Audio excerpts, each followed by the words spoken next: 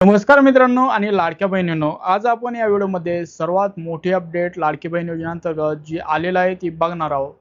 या अपडेटमध्ये ज्या लाडक्या बहिणींना 1500 रुपयाचा हप्ता मिळाला नाही आणि केवायसी करताना तुमचा जो आधार क्रमांक आहे यादीमध्ये दाखवत नाही असं एरर येत आहे. आता हे नेमकं तुमचा हप्ता येणं बंद झालेलं आहे का? तुमचं यादीमधून नाव वगळलं आहे का? आणि सोबतच तुम्हाला पुढचा जो हप्ता भेटणार आहे का? आणि ज्या लाडक्या बहिणीची केवायसी झाली आहे त्यांना पण हा हप्ता भेटणार आहे का? याबाबतची अपडेट व सविस्तर माहिती तुम्हाला या व्हिडिओद्वारे बघायला भेटणार आहे. तर हा व्हिडिओ शेवटपर्यंत बघायचा आणि अशाच लेटेस्ट अपडेटसाठी आपल्या YouTube चॅनलला सबस्क्राईब करून ठेवायचं आहे. तर मित्रांनो, चला व्हिडिओला सुरुवात करूया. मित्रांनो, लाडकी बहीण योजनेअंतर्गत ई-केवायसी करताना भरपूर ज्या लाडक्या बहिणी आहेत त्यांच्यासाठी जे एरर आहे ते तुमचा आधार क्रमांक यादीमध्ये नाही असं येत आहे. त्यांना वाटतं की आपण अपात्र झालो आहे का नाही आणि सोबतच जो 1500 रुपयाचा हप्ता आहे हा बंद होणार आहे का अशी काही मनामध्ये शंका येत आहे. आता मी काही पुढच्या प्रोसेस तुम्हाला सांगणार आहे त्या तुम्ही करून बघायच्या घरी मोबाईलवरती.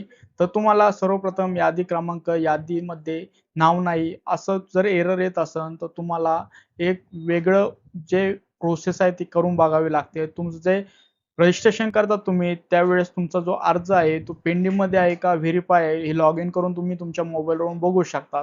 आता ज्यावेळेस तुम्ही मोबाईलवरून अर्ज करता त्यावेळेस जो मोबाईल नंबर दिलेला असतो तो नंबर तुम्हाला तिथे टाकायचा आहे आणि तो नंबर पासवर्ड टाकून तुम्हाला त्या पोर्टलवरती लॉग इन होऊन तिथं तुमचं बँक स्टेटस बघायला भेटत असतं. अर्जाचं स्टेटस हे बघायला भेटत असतं. आणि हे जर केल्यानंतर तुमचं आधार आणि बँक हे लिंक आहे का? आधारची बँक सीडिंग आहे का? हे तुम्ही आधारच्या पोर्टलवरती जाऊन पण चेक करू शकतात. हे पण तुम्हाला एकदा बघून घ्यायचं आहे.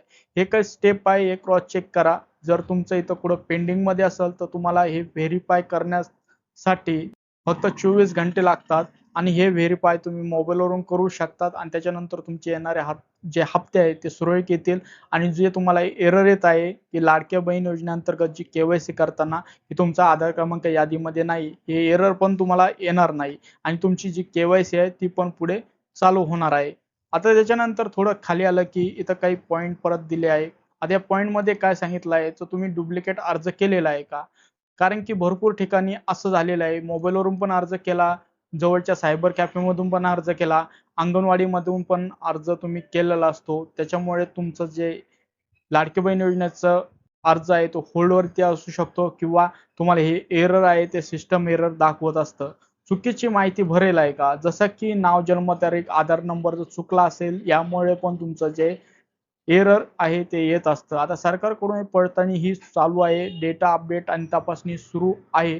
त्याच्यामुळे पण हा तात्पुरता जो एरर आहे ते तुम्हाला बघायला भेटू शकतो.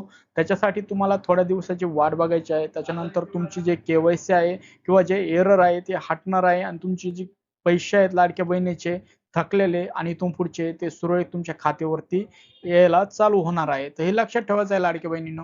आता कोणत्या लाडक्या बहिणी अपात्र ठरू शकतात? आता थोडकं लक्षात ठेवायचं आहे. आता भरपूर जणांना असं एरर येत आहे त्याचं हे पण कारण असू शकतं. जसं की वार्षिक उत्पन्न 2.5 लाखाच्या वरती, सरकारी नोकरी कुणी कुटुंबामध्ये असेल, कुणी सरकारी नोकरीला असेल, ITR म्हणजेच आयकर भरत असेल, 4 चाकी वाहन असेल, फक्त ट्रॅक्टर सोडून दुसरं 4 चाकी वाहन, चुकीची माहिती दिली असेल, तर याच्यामध्ये पण तुमचे जे हप्ते आहेत ते बंद होऊ शकतात.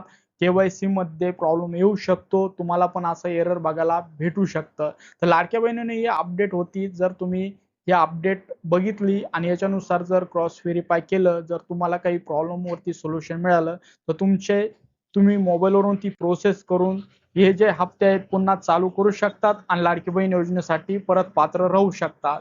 तर मित्रांनो, काही प्रॉब्लेम असतील तर काही डाऊट असते कमेंटमध्ये विचारा. त्याचा मी 100% तुम्हाला उत्तर देण्याचा प्रयत्न करणार आहे आणि हा व्हिडिओ जास्तीत जास्त लाडक्या बहिणीमध्ये, मित्रांमध्ये शेअर करून अशाच अपडेटसाठी आपल्या YouTube चॅनलला सबस्क्राईब करून ठेवा आणि हा व्हिडिओ जास्तीत जास्त तुमच्या मित्रांमध्ये शेअर करा. व्हिडिओ बघितल्याबद्दल आपल्या सर्वांचे मनपूर्वक धन्यवाद.